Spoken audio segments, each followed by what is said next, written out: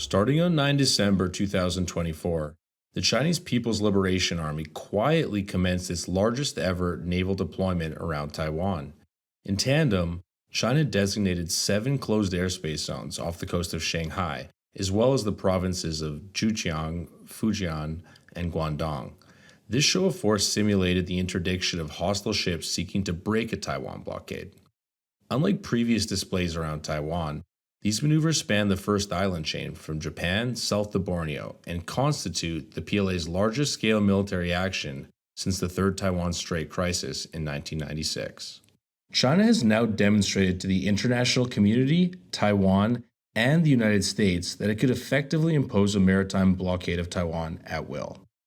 The joint sword drills are steps in a long chain of events that may reach a breaking point in the coming years. CIA Director William Burns has publicly stated that the United States believes that President Xi Jinping has ordered the PLA to be ready to invade Taiwan by 2027. So let's take a quick look and see exactly how we got here. Following US Speaker Pelosi's August 2022 trip to Taipei, China launched its largest ever drill around Taiwan from 10 to 17 August 2022. The drill saw the use of up to 66 aircraft, 14 naval vessels, and included 6 live fire zones where the PLA rocket force launched 9 ballistic missiles into the waters around Taiwan, forcing commercial flight cancellations. The drills were designed as a comprehensive readiness run-through for a Taiwan invasion scenario. Following then Taiwanese President Tsai Ing-wen's stopover in the US, where she met House Speaker McCarthy, China initiated its joint sword exercise running from 8 to 10 April 2023. During the drill, the PLA launched a total of 620 sorties, many from its first domestically produced aircraft carrier, the Shandong. Joint sword featured a comprehensive violation of the median line, with Taiwan reporting 54 aircraft violations at once.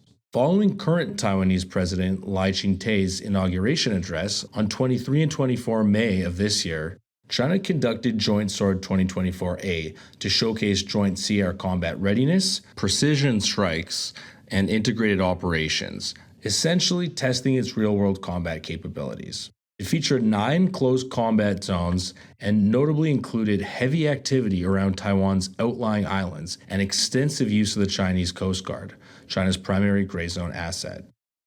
Following President Lai's 10 October National Day speech, on 14 October 2024, China commenced Joint Sword 2024B, which combined additional coercive elements, surprise, and sanctions.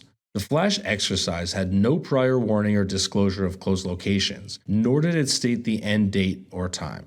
In parallel, Beijing sanctioned Taiwanese lawmaker Puma Shen and billionaire Robert So for separatist acts over their links to the Kuma Academy, whose mission statement is to decentralize Taiwanese civil defense.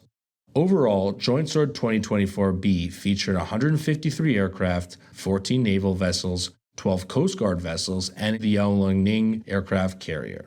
The drills also took place closer to Taiwan's coast than previous exercises, as all 6 zones were within Taiwan's contiguous zone, less than 24 nautical miles from its shores. Following President Lai's 2-day stopover in Guam and Hawaii starting on 2 December, the PLA commenced its most recent air and sea maneuvers around Taiwan, extending to Japan and the Philippines.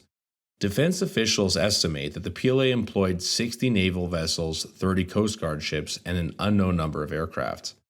The PLA Navy warships and aircraft simulated attacking foreign ships, while the Coast Guard practiced intercepting commercial vessels as well as blockading Taiwan's maritime trade routes. This massive show of force highlights the PLA's capability to project power eastward into the first island chain, and was meant as a strong message to the incoming US administration. This latest incident serves to foster Taiwanese, Japanese, and American alarm fatigue, blurring the lines between peacetime deployments, drills, and de facto blockades. The stage is now set for a real blockade of Taiwan at any time should Beijing make the decision. Stay tuned for more video content on the brewing Taiwan Strait crisis, and for more geopolitical insights and analysis, check out Global Guardian's website.